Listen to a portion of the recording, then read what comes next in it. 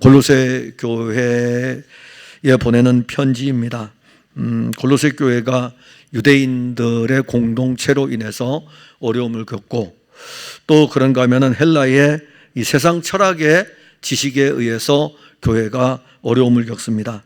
교회는 예나 지금이나 변함없이 이렇게 위기를 만날 수도 있고 또 공격을 받을 수도 있습니다. 지금의 교회도 예외는 아닙니다.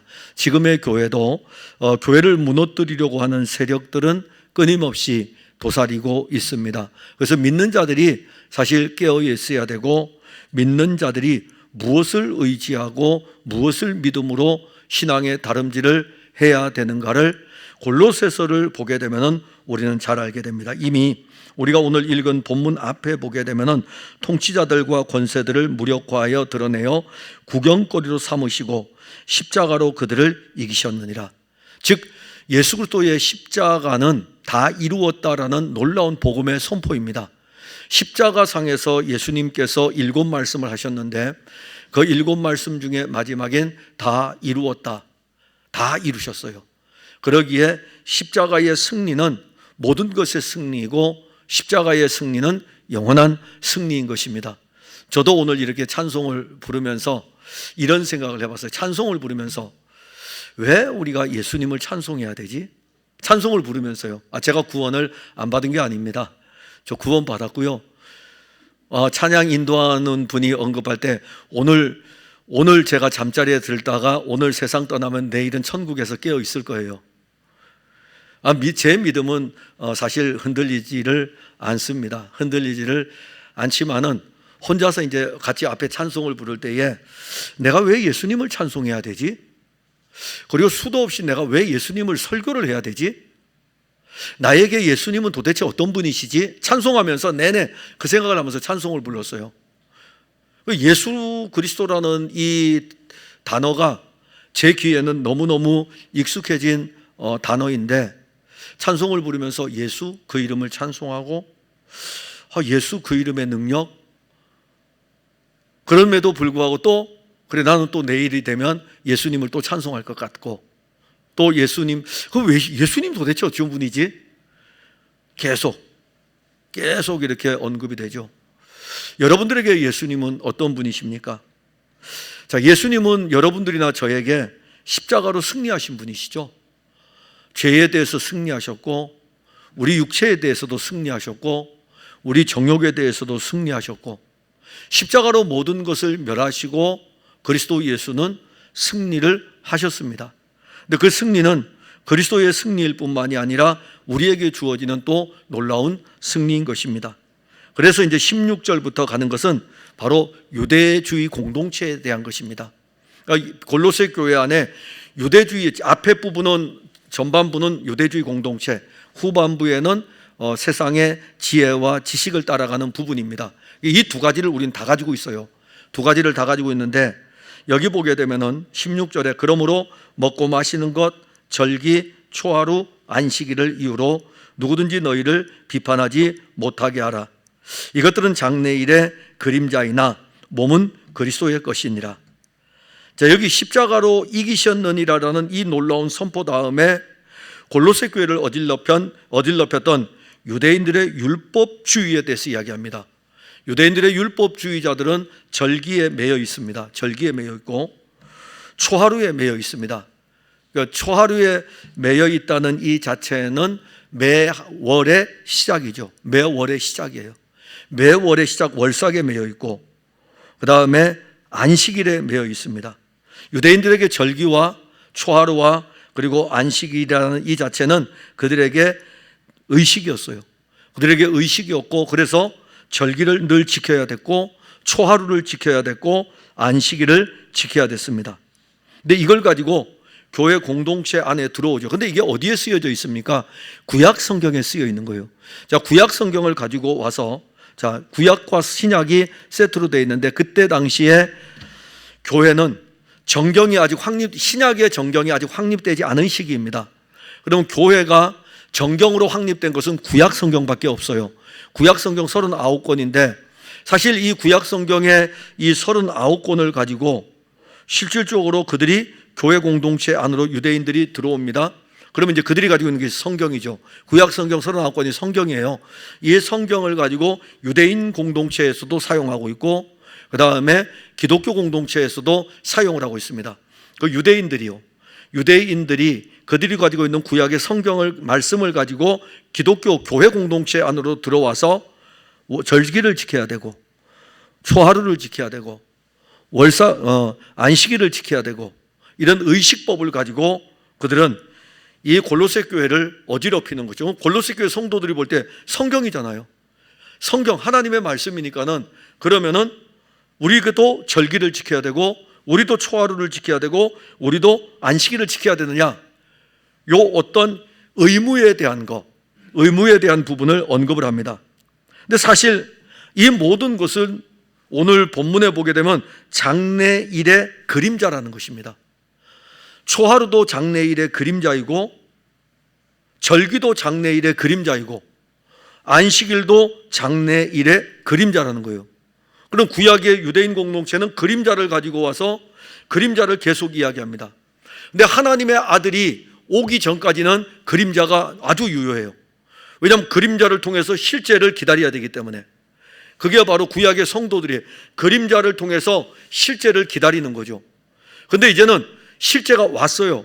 실제가 왔으면 더 이상 그림자에 매여 있을 수는 없죠. 그림자를 가지고 계속 이야기하는 것은 오히려 믿음이 없는 거죠. 그림자였던 절기와 초하루와 안식일의 실제가 누구였느냐? 바로 그리스도였고, 이 그리스도가 옴으로 인해 가지고 더 이상 이 절기와 초하루와 안식일의 의무가 아니라 이 그림자를 통해서 실제이신 그리스도를 봐야 되는데, 이 부분을 17절에서 몸은 그리스도의 것이니라.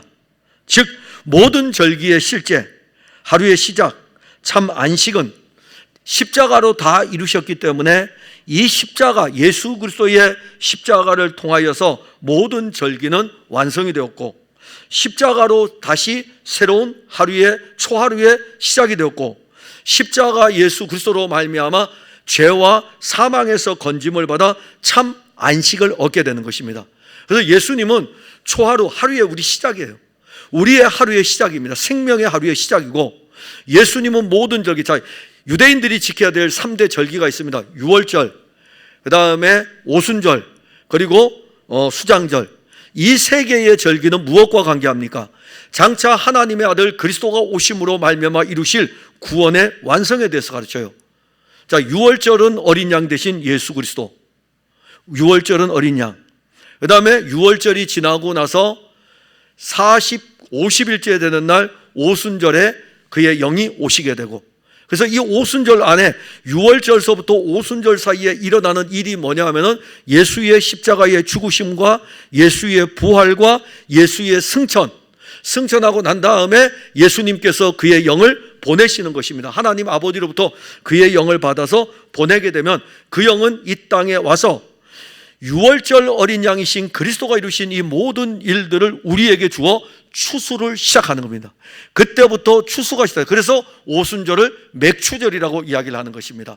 추수가 시작이 되고, 그러면 오순절 추수가 시작이 되어서 어디까지 가게 됩니까? 마지막 추수가 어떤 추수죠? 이스라엘의 절기 가운데 마지막 추수가 수장절입니다.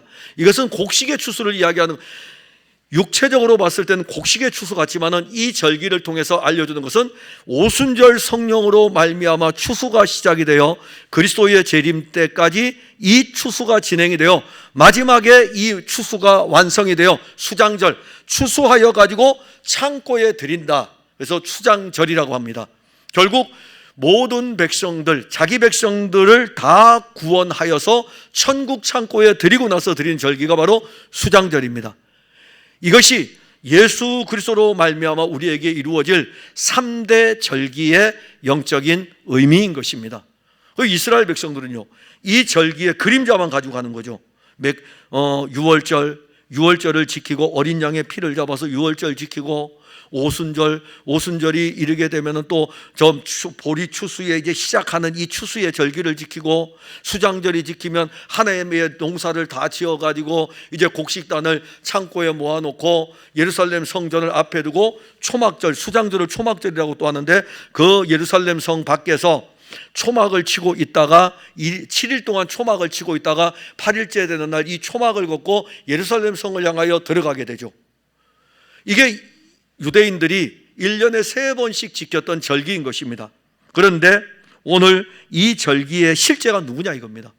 어린 양 예수 그리스도, 그가 이루신 구원을 우리 안에 이루어 추수를 시작하고, 그리고 이 추수가 천국 창고에 들어가는 완성까지 이제는 실제가 오신 거예요. 초하루, 월삭, 모든 날의 시작이죠. 모든 날의 시작. 그러니까 월삭을 통해서 우리가 누려야 되는 것은 우리의 인생의 시작은 예수 그리스도, 우리의 출발은 예수 그리스도, 매일의 시간도 예수 그리스도. 그러니까 우리가 사실 새벽의 시간에 예전에 우리 어르신들이 그거는 참 잘하신 것 같아요. 우리 어르신들이, 사람들은 그러죠. 도대체 이 새벽 기도를 누가 만들어 놨어? 새벽 기도를 누가 만들어 놨어? 특히 우리 목회자들이 자주 그래요. 우리 목회자들이 새벽 기도 없으면 목회 정말 할 만한데, 목회자들이 그래요. 그런 이야기해요. 왜냐하면 이 새벽에 집중이 돼 있을 수밖에 없기 때문에 하루에. 그런데 우리 앞에 간 우리 선진들이 우리에게 늘 가르칠 땐 그렇게 가르쳐요. 하루의 시작은 새벽이다. 그래서 하루의 시작을 저는 여러 가지로 이야기해요. 근데 저는 새벽에 예배를 자꾸 사용해요. 왜 그러냐면은 하루의 시작이 예배로 시작이 된다. 저는 그런 관점에서 접근하는 겁니다. 그런 관점에서 접근하는 거. 어떤 사람들은 새벽에 하루의 시작을 기도로 시작한다. 그건 어떤 의미를 부여하든지 그건 하루의 시작이 주님과 함께죠. 근데 우리는 매일의 삶에서 그렇죠. 근데 성경에서 초하루, 월삭은 달이 바뀌는 거예요. 달이 바뀌는 이 달의 시작이 바로 초하루예요. 이게 월삭입니다. 이 월삭에도 하나님께 제사를 드려야 돼요. 그런데 우리의 초하루의 시작이 누구이십니까? 예수님이시잖아요. 우리의 하루의 시작이 예수님이셔요. 그게 또 달을 가는 거죠. 또 예수님께서는요, 안식의 실제이셔요. 수고하고 무거운 짐진 자들아 다 내게로 오라, 내가 너희를 쉬게 하리라. 근데 유대주의자들은 율법주의자가 되어서 그림자만 붙들고 있는 거죠. 실제가 왔음에도 불구하고 장래의 일을 보지 못하였습니다. 예수 그리스도는요, 율법의 실제이며 이제는 우리가 그림자에서 벗어나 육체로 오신 하나님의 아들 예수께서, 더 이상 우리에게 예수님은 그림자가 아니고 그분은 우리의 생명이고, 내가 곧 길이요 진리요 생명이니, 여기 내가 곧 길이라는 것은 하나님 아버지께로 가는 길이고, 내가 곧 길이요 진리요라는 이 말씀은 알레데이아는 실제라는 것입니다. 참이라는 뜻이에요. 이 참이 실제라는 것입니다. 그러니까는 이것이 어떤 진리라고 하는 그런 측면이 아니라 우리말로 정확하게 얘기하면 참이에요. 실제입니다. 즉 예수님은 우리에게 실제이셔요. 예수님은 우리에게 허구가 아니라고요. 실제라고요. 말씀이신 그분이 그의 영으로 우리 안에 실제이시고, 또한 그분은 우리에게 생명입니다. 육체를 따라 종교로 사는 그리스도인들은 참 무지하죠. 만일 우리가 오늘도 교회 생활을 하면서 내 육체를 따라서 자기 종교에 머물러 있다면 사실 굉장히 오늘 이 예배가 불편하죠. 도대체 우리 목사님 오늘 설교 또 언제 끝날까? 우리 오늘 예배가 언제 끝날까? 아니면은 또 여러분들이 여기 앉아 있을 적에 이 예배가 끝나게 되면은 이제 종교적 의무를 다 했다, 이렇게 생각할 수도 있을 거예요. 그런데 우리의 예배는 종교적 의무로 앉아 있는 것이 아닙니다. 많은 그리스도인들이 종교적 의무를 가지고 계속 율법주의의 사고를 가지고 교회를 다닙니다. 아니, 예수님은 내가 길이라고, 내가 실제라고, 내가 생명이라고 늘 말씀하고 있는데, 성도들이 그 예수님 하시는 말씀에 영이요 진리가 되시고 생명이 되시는 이 말씀을 알지를 못하죠. 육체를 따라 종교로 사는 그리스도인들 참 무지하죠. 이게 바로 골로새 교회 안에 침투하는 모습이기도 하고 우리 자신, 우리 안으로도 침투하는 모습입니다. 그런데 오늘 17절에 보면 몸은 그리스도의 것이니라. 자, 우리가 육체를 따라서 절기를 지키고 초하루를 지키고 안식일을 지키고, 근데 우리에게 증거할 때에 너희들의 그 몸이 누구 것인 줄 알아? 그리스도의 것이라고 이렇게 말씀하는 거예요. 그리스도의 것이라 이겁니다. 그러면 그리스도의 소유가 되었으면 우리 이 몸은 그리스도가 사용하는 것이고 그리스도가 주인인 거예요. 근데 그걸 여전히 알지 못하고 골로새 교회에 침투한 유대주의자들은 이 몸이 누구 거예요? 자기 거죠. 자기 거니까는 자기가 절기도 지켜야 되고, 자기가 초하루도 지켜야 되고, 자기가 안식을 또 지켜야 되고, 자기가 종교의 의무를 해야 되는 거예요. 근데 예수 그리스도로 말미암아 주어진 우리에게 주어진 복음은 십자가로 이기셨기 때문에, 십자가로 승리하셨기 때문에 이제는 초하루와 절기와 안식일을 통하여 가지고 무엇의 은혜를 누리냐면, 내가 이 절기의 은혜를 통해서, 초하루와 안식일을 통해서 그리스도의 것이라는 이 은혜를 누리는 것, 이게 오늘날 그리스도인들이 가져야 될 생명의 풍성인 것입니다. 그리고 18절에 보게 되면은 18절 19절에 아무도 꾸며낸 겸손과 천사 숭배를 이유로 너희를 정죄하지 못하게 하라. 그가 그 본 것에 의지하여 그 육신의 생각을 따라 헛되이 과장하고 머리를 붙들지 아니하는지라. 온 몸이 머리로 말미암아 마디와 힘줄로 공급함을 받고 연합하여 하나님이 자라게 하심으로 자라느니라. 여기 놀라운 비밀이 이제 계속해서 언급이 됩니다. 골로새 교회에 침투한 유대주의자들은 율법을 지키고 있는 자기들의 종교적 우월성을 드러내기 위해서 거기에 가면을 쓰기 시작합니다. 그 가면이 뭡니까? 꾸며낸 겸손입니다. 꾸며낸 겸손이에요. 그러니까 우리가 보게 되면은 우리가 신앙생활하면서 우리 스스로 가면을 만들어 가지고 쓰는 경우들이 얼마나 많습니까? 직분의 가면을 만들죠. 직분의 가면을 만들어 가지고 그 가면을 쓰면 사람들이 볼 때에 그 가면을 보면서, 야, 우리 목사님은 굉장히 경건해 보여. 그 가면을 쓰고 있으니까는 가면의 모습을 보고. 저도 써요. 저도 쓰고 있고 여러분들도 그 직분을 가지고 가면을 쓰고 있다고요. 스스로 만들어내는 거죠. 그래서 그 꾸며내서 자기 속에서 꾸며내는 거죠. 자, 꾸며낸다는 것은 누가 꾸며냅니까? 자기가 꾸며내는 거예요. 예수의 생명은 우리에게 꾸미는 생명이 아니고 실제의 생명입니다. 결코 예수님의 생명을 꾸밀 수가 없어요. 예수님의 생명이 우리 안에 오게 되면 그 생명은 실제입니다. 그런데 율법주의자들은 우리가 그리스도의 것이 되었음에도 불구하고 자꾸 교회 안으로 들어와 가지고 가면을 만들어 나갑니다. 꾸며낸 겸손들 만들기 시작하죠. 그런가 하면 유대인들이 가지고 있었던 것이 천사 숭배 사상입니다. 왜냐하면 구약의 말씀에 천사들에 대한 내용들이 자주 언급이 되기 때문에 그들은 천사들을 숭배했어요. 이 천사가 영적인 존재입니다. 그리고 이 천사는 하나님의 일을 위해서 부름을 받아가지고 하나님의 일에 사용이 됩니다.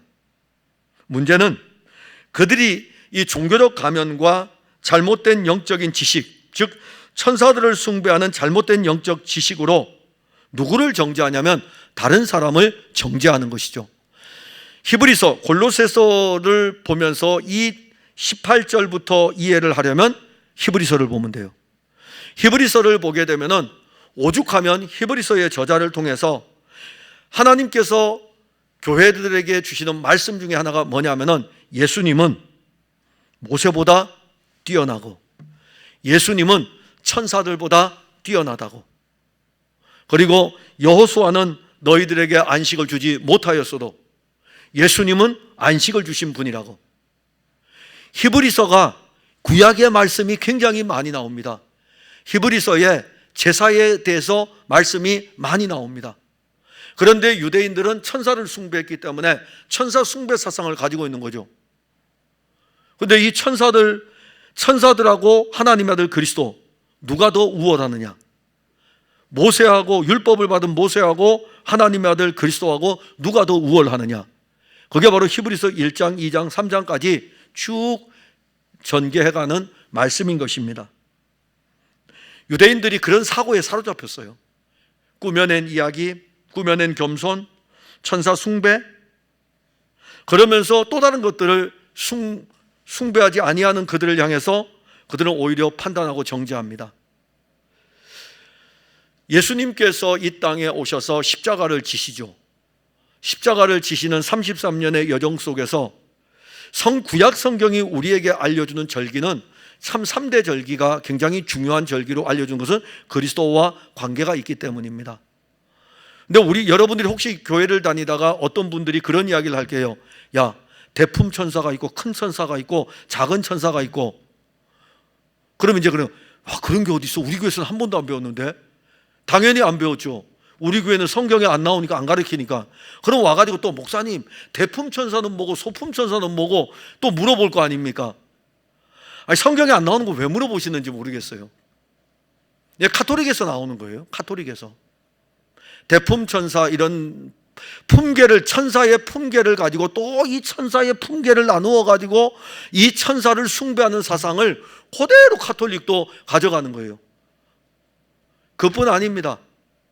사실 우리 교회는 그런 걸 사용하는, 오늘날 한국 교회 안에 들어온 것 중에 하나가 예수 그리스도 이 유월절을 앞에 두고 그 앞에 보게 되면은, 저는 지키지 않기 때문에 별 관심이 없지만은, 그리스도의 순환의 이 과정의 40일 전부터 하루하루 지켜야 되는 것에 대해서 또 이야기를 해요. 물론 그게 출발점이 잘 그리스도의 십자가로 나아가기 위해서 양떼들을 이끌어가기 위한 첫 출발의 생활은 좋았지만은, 지금에 와서는 그게 의식법이 되어버렸다고요. 의식법을 따라서 그걸 따라가야 된다고 생각을 하는 거죠. 우리가 만드는 것들이 수없이 많아요. 그 만드는 수없이 많은 것들 중에 정말 무엇을 잊어버리냐면 예수 그리스도를 잃어버려요. 우리가 그리스도의 것이 된 것에 대해서 잊어버립니다. 오늘날 종교적 가면과 잘못된 영적 지식으로 교회가 참 어지럽혀지는 모습을 보게 됩니다. 그런가 하면 자기들이 가진, 율법주의자들은 자기들이 가진 영적 우월감을 가장하여 가지고 다른 사람을 정죄하고, 그럼 골로새 교회 안에 유대주의자들이 들어오고 세상 지식을 의지한, 철학의 지식을 가진 자들이 들어온다면 그 교회를 어떻게 한 몸으로 세워갈 수 있겠습니까? 그들은요, 무슨 이야기를 좋아하냐면은 천사들과 함께 나누었던 영적인 체험들, 자기들이 종교적으로 겪었던 일들에 대한 체험들, 그리고 자기들이 직접 보았다고 하니까 거기에 더욱 의지하게 되죠. 자기들이 대단한 존재이고, 다른 사람들은 이 은혜를 누리지 못하면, 이것을 누리지 못하면 다른 사람들은 영적으로 저급한 존재로 정죄하는 게 골로새 교회에서 일어납니다. 그런데 바울은 이러한 것에 대해서, 교회가 이제 어지럽혀지니까는 이러한 교회에 편지를 쓰면서 그들은 그 육신의 생각을 따라 헛되이 과장하고 있다. 즉, 유대주의자들이 골로새 교회 안에 들어와서 자기 육신의 생각을 따라 하는 것에 대해서 영적으로 과장을 하는 거죠. 오늘날 교회 생활하는 사람들도 영적으로 과장하는 일들이 많아요. 왜 영적으로 과장합니까? 왜 영적으로 자기를 자랑합니까? 내가 교회를 다닌 연수라든가, 아니면 내가 교회를 다니면서 세상에서 얻은 내 직임이라든가, 세상에서 뭐 사업을 하면서 성공했다든가 뭐 이런 것들이 있겠죠. 권력을 잡았던 거, 이런 것들도 있을 수 있고, 왜 이런 것들을 드러내며 자랑합니까? 그것이 자기들의 종교적 우월성과 연결을 시키는 거죠. 자기들의 종교적 우월성과 연결을 시킴으로 인해 가지고 자기들은 거기에 매여 있는 겁니다. 그래서 골로새 교회 편지를 쓸 때 헛되이 과장하고 머리를 붙들지 아니하는지라. 머리를 붙들면 어떻게 될까요? 머리를 붙들면 교회의 머리가 누구일까요? 예수님 아닙니까? 풍성한 교회를 출입하는 모든 성도는 아시죠? 교회의 머리가 예수님이시다. 그리고 교회는 그의 몸이다. 그럼 우리는 누구를 붙들어야 되죠? 머리를 붙드는 거죠. 예수 그리스도를 붙드는 것입니다. 그런데 이 머리가 얼마나 놀라운 은혜를 공급하냐면 머리로 말미암아 마디와 힘줄로 공급함을 받는다. 머리 자체로 있는 게 아니라 이 머리는 생명을 우리에게 끊임없이 공급하여 주는 거예요. 그러면 이 머리로부터 한 몸의 교회가 세워질 때에 각 마디마디마다 지체가 있다는 것을 고린도 교회에 편지를 합니다. 그러면 이 모든 지체들은 머리이신 그리스도로부터 공급되는 그 은혜를 힘입어 세워지죠.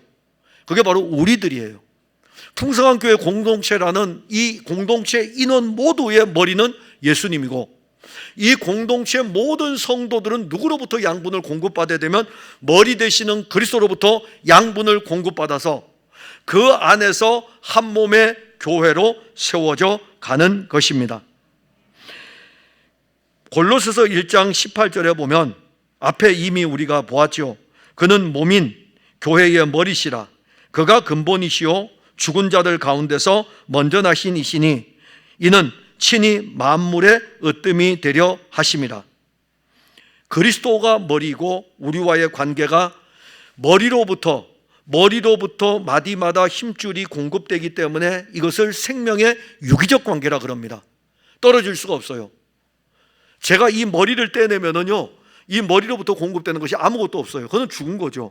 분리가 아닙니다. 만약에 교회에 머리가 떨어져 있다면은 이거는 교회가 생명을 잃어버린 거예요.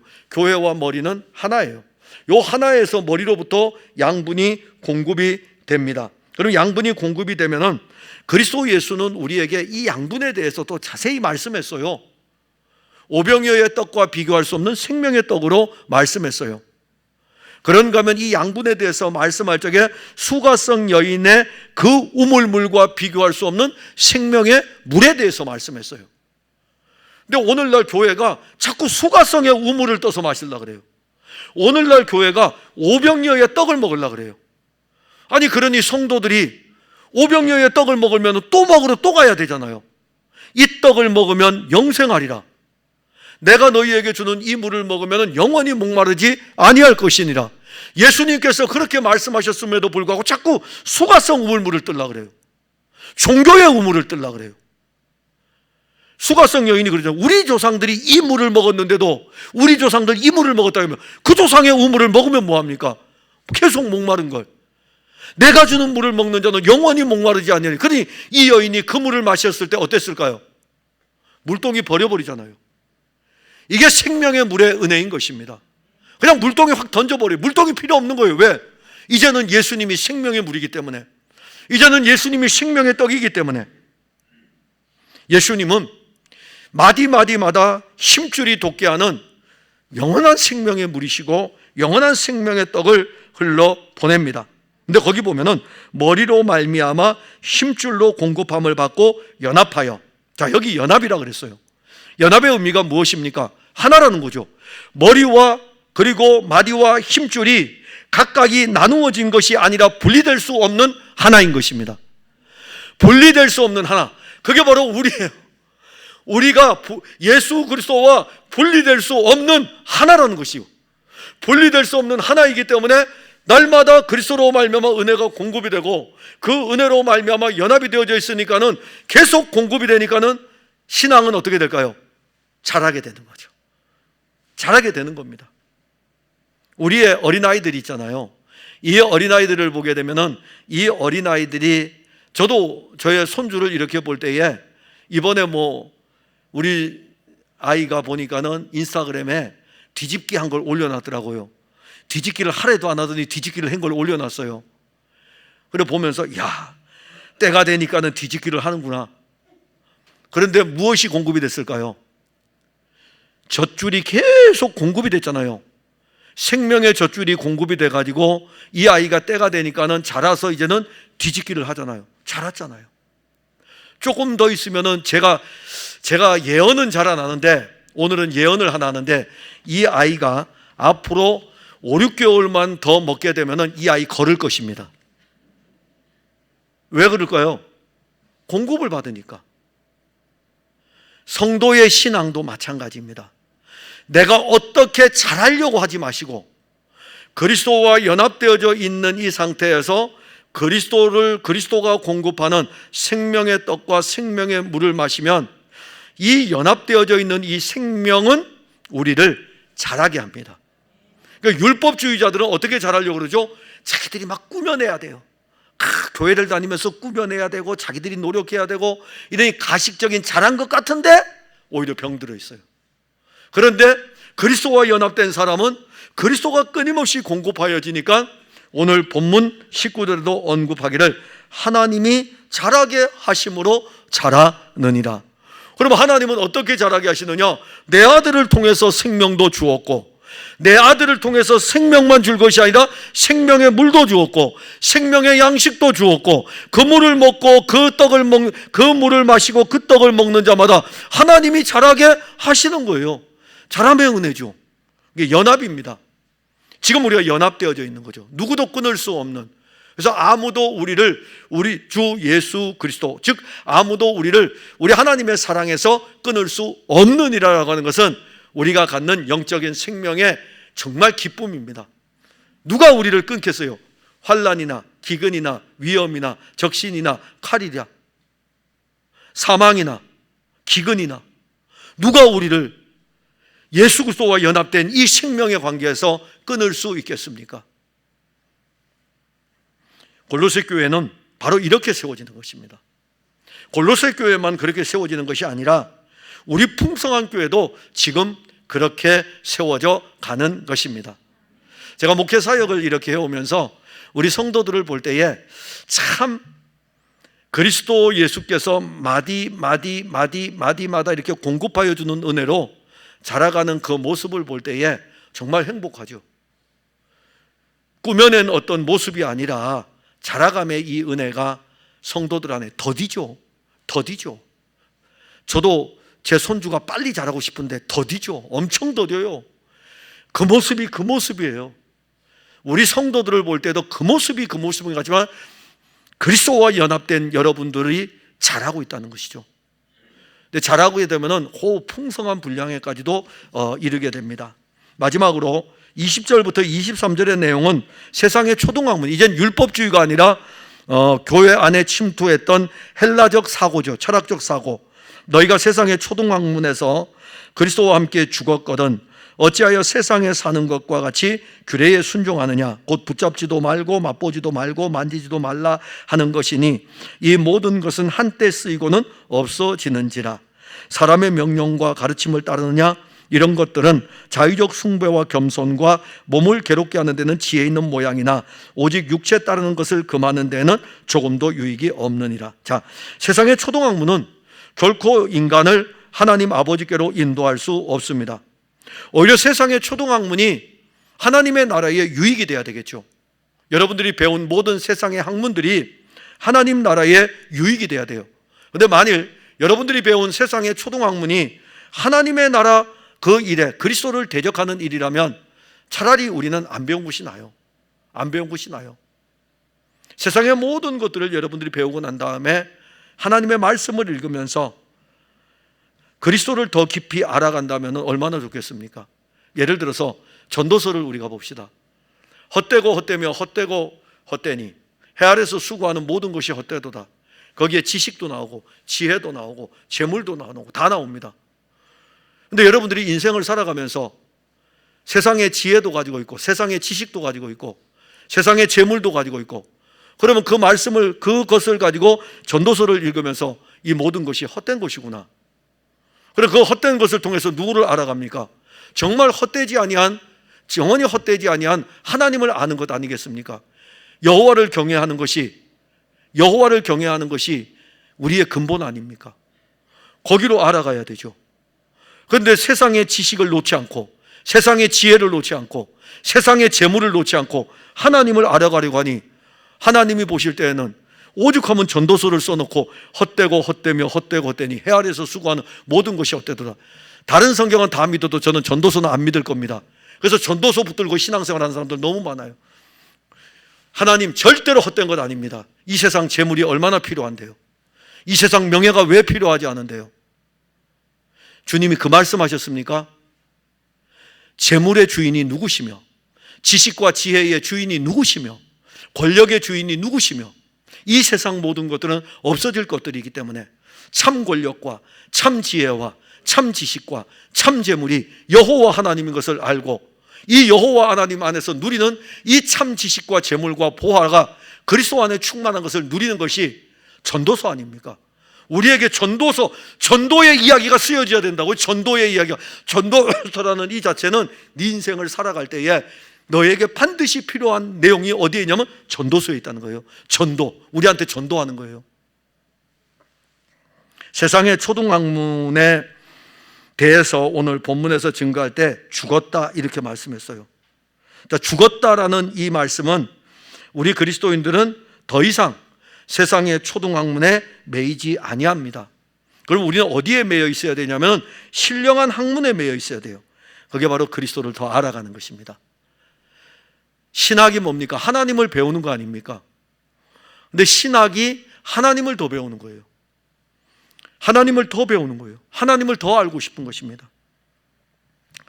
할 수만 있으면 여러분들 여유가 되면은 사명이 없이는 목회자의 길을 가지 마시고, 목회자의 길은 가지 않아도 좀 여유가 되면 신학 공부 좀 하세요. 하나님을 좀 알아가세요. 세상에서는 우리가 뭘 배우기 위해서 투자를 하잖아요. 그런데 왜 하나님을 알아가는 데는 우리가 주저합니까? 하나님을 좀 알아가셔요. 신학을 공부하시되 사명이 없이는 목회자의 길은 가지 마시고, 신학을 공부하게 되면 그 신학을 통해서, 예를 들어서 조직신학에서 7개의 조직신학의 테마가 있는데 그 중에 기독론에 대해서 배우게 되면 예수 그리스도가 어떤 분인지를 더 깊이 알게 됩니다. 더 알고 싶잖아요. 예수님 더 알고 싶고, 하나님 더 알고 싶고, 인간은 어떤 존재인지 더 알고 싶고, 내가 어떻게 해서 구원을 받았는지 알고 싶지 않습니까? 교회는 어떤 것인지 알고 싶지 않습니까? 마지막은 어떻게 될 것인지, 그게 바로 조직신학에서 다 가르쳐 주는 거예요. 세상의 학문에 사로잡히게 되면 세상의 학문에 순종하게 되고, 세상의 학문에 순종하게 되면 세상을 따라가게 됩니다. 그런데 세상의 학문이 상당히 매력적입니다. 아담과 하와가 선악을 알게 하는 나무의 열매를 따먹을 때 그 호기심이 있었죠. 똑같습니다. 세상의 초등학문도 이것이 작동을 합니다. 세상의 그럼 초등학문은 오늘 본문에서 증거할 때에 사람의 명령과 가르침이요, 세상의 학문은 사람의 명령과 가르침이고 그 지혜와 지식이 사람으로부터 나오는 것입니다. 그러면 사람으로부터 나오는 지혜와 지식이 그리스도인들이 영적으로 자라는 이 성장에 유익할까? 유익이 없습니다. 머리이신 그리스도가 공급하여 주지 아니하면, 하나님은 딱 법을 정해놨어요. 머리이신 그리스도와 연합하여서 머리이신 그리스도로부터 마디와 힘줄로 공급되는 양분을 받으면 하나님은 자라게 하십니다. 그런데 세상 학문을 우리가 배우면 배울수록 우리의 믿음이 더 좋아지는 것이 아니라 오히려 이 세상의 학문이 우리의 영적인 걸림돌이 되는 경우도 있습니다. 그리스도인들은 하나님의 지혜와 지식의 부요함을 누려야 하는 것이죠. 로마서 11장 33절에 보면 깊도다 하나님의 지혜와 지식의 풍성하며 그의 판단은 헤아리지 못할 것이며 그의 길은 찾지 못할 것이로다. 자, 그러면 우리가 또 하나 봅시다. 거기 보게 되면은 가로해놓고 써 있어요. 곧 붙잡지도 말고 맛보지도 말고 만지지도 말라 하는 것이니 이 모든 것은 한때 쓰이고는 없어지는 것이라. 한때 쓰이고는 없어져요. 그런데 하나님의 말씀은 살았고 생명력이 있어요. 영원히 없어지지 아니하는 영원한 생명의 말씀입니다. 근데 왜 한때 쓰이고 없어지는 것들을 가지고 우리는 자랑을 합니까? 논문을 쓰다 보면은요, 항상 논문에 사람들의 이야기, 사람들의 주장을 쓰게 돼 있죠. 그랬더니 어느 순간에 이 사람의 주장은 없어져 버리고 또 다른 사람의 주장이 또 등장을 했어요. 쓰이다가 없어진다니까요. 쓰이다가 없어져요. 근데 영원히 없어지지 아니하는. 그래서 신학을 하는 사람이 논문을 쓸 때 제일 어려운 게 표절이에요. 어느 부분이 표절일까요? 성경이요. 왜냐하면 논문 쓰다 보면 성경 구절을 갖다 대거든요. 성경을 변질시킬 수는 없잖아요. 그대로 실어야 되니까 표절이에요. 그래서 신학의 논문은 성경에 대한 내용을 그대로 쓴 것에 대해서 표절 부분에서 어느 정도 인정을 해줍니다. 다른 것들은 다 없어지지만 성경은 1.1핵도 변함이 없습니다. 없어지는 것들이, 왜 없어지는 것들을 우리가 의지하며 없어지는 것들을 만듭니까? 세상의 초등학문의 출발이 사람이라면 그것은 하나님의 구원을 이룰 수 없음을 알아야 합니다. 그리고 세상의 초등학문의 출발이 사람이라면은 결코 이 세상의 초등학문으로는 우리의 믿음을 자라게 할 수 없습니다. 오히려 세상의 초등학문은 우리의 공로적 측면에서는 오늘 본문에도 나옵니다. 이런 것들은 자의적 숭배와 겸손과 몸을 괴롭게 한다는 지혜 있는 모양이나 오직 육체를 따르는 것을 금하는 데에는 조금도 유익이 없느니라. 약간의 모양은 낼 수가 있어요. 그런데 세상의 이 초등학문을 가지고 육체를 따라서 신앙생활하는 것을 막을 수는 없어요. 세상의 초등학문으로는 이게 안 막힌다 이겁니다. 자, 예를 들어서 세상의 초등학문으로 여러분들이 육체를 따라서 교회 생활하는 것을 이제 가르치기 위해서 그게 잘못된 겁니다라고 가르치기 위해서 세상의 초등학문의 사람들을 데려다가 강사로 세워놓고 여러분들에게 아무리 가르쳐도 그 가르침이 아무리 훌륭한 것 같이 보일지 모르지만 그것은 여러분들이 육체를 금하는 일에는 아무 소용이 없다라고 말씀을 하는 것입니다. 여러분, 우리 육체로는 아무 유익이 없는데 왜 우리가 그걸 배워야 되겠습니까? 왜 우리가 그것을 따라가야 되겠습니까? 예수 그리스도가 교회의 머리가 되시고 우리는 그의 그 마디와 힘줄이 우리에게 연결되어 있으니까는 연합이 되어서 그와 연합하여 가지고 하나님이 자라게 하시니까 결국 이 예수 그리스도의 생명의 지식을 알고 예수 그리스도의 생명의 은혜를 맛보면서 그 안에서 자라가는 것이 교회 공동체가 자라가는 생명의 힘입니다. 여러분들의 믿음도 그렇게 자라가는 것입니다. 사랑하는 성도 여러분, 골로새 교회에 보내는 이 편지를 우리가 보면서 우리 자신을 한번 돌아봅시다. 여러분들은 종교적 의무에 지금 매여 있습니까? 아니면은 세상의 지혜와 지식에 매여서 그것이 내 종교를 드러낼 수 있는 어떤 가면의 모습으로 나타납니까? 이거 다 벗겨져야 되겠죠. 그러면 여러분들은 이미 그리스도와 연합된 분들 아닙니까? 그리스도와 연합된 분들이라면 그리스도가 힘줄, 마디와 힘줄에 공급하는 그 은혜, 예수 그리스도가 공급하는 그 은혜를 맛보면 하나님은 거기서 자라게 하시는 거예요. 만일 하나님이 세상에서 자란다, 세상의 지혜와 지식으로 자란다 했으면 우리의 머리를 세상의 지혜와 지식에 두었겠죠. 근데 교회는 아닙니다. 교회는 아닙니다. 우리는 이렇게 그리스도와 연합되어져 있고 그리고 양분을 공급받아 지금 자라고 있습니다. 얼마나 자라는지는 주님이 여러분들 안에서 일하십니다. 그리고 마침내 여러분들을 그리스도의 장성한 분량에 이르게 하시는 분도 우리 예수님께서 그 일들을 이루어 가십니다. 그러니 조급해하지 마시고 말씀을 들으셔요.